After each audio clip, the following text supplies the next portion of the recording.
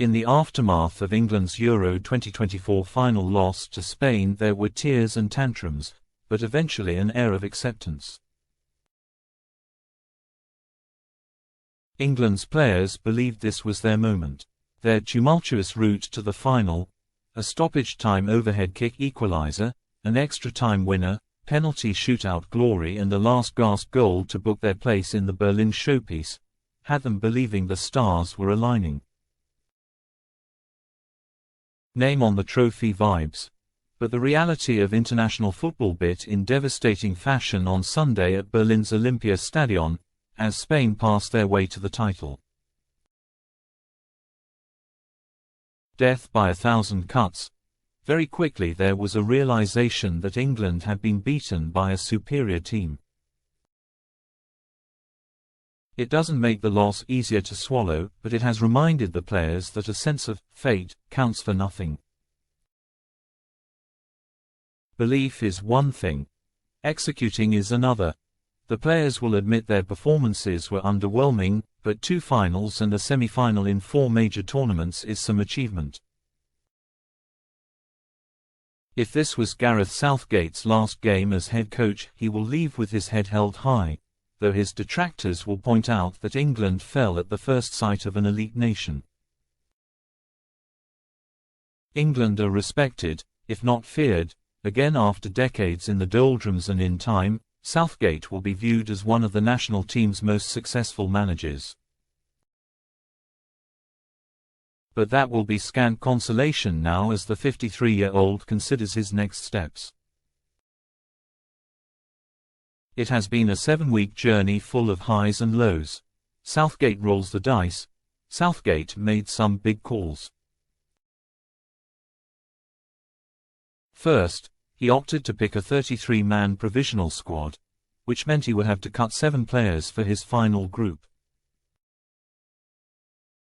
Then came May 21st, when he announced the 33 and there was no Jordan Henderson or Raheem Sterling.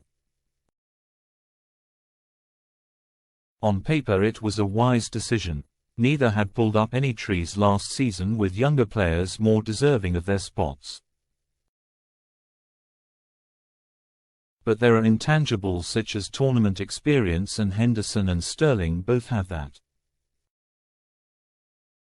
The omission of Harry Maguire, too, smacked of unnecessary disruption, not because of his ability on the field but because of his leadership off it. Maguire believed he could prove his fitness following a calf injury, but Southgate decided it wasn't a gamble worth taking, much to Maguire's private frustration. When Southgate named his final 26 a week before the tournament, his decision to axe Jack Grealish unsettled the squad. The City forward is popular and England's senior players see Grealish for what he is, a footballer capable of magical moments. He is a Champions League winner and a 3-time Premier League champion. That's some pedigree to leave behind. Grealish took the news emotionally. Players went to his room to console him and convey their shock. Sources suggest Captain Harry Kane even raised their concerns with Southgate.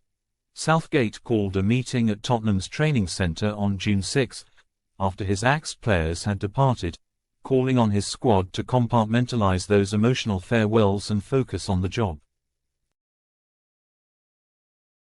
The England boss has never shied away from making tough decisions, though he has always been conscious of the risk of unsettling the collective.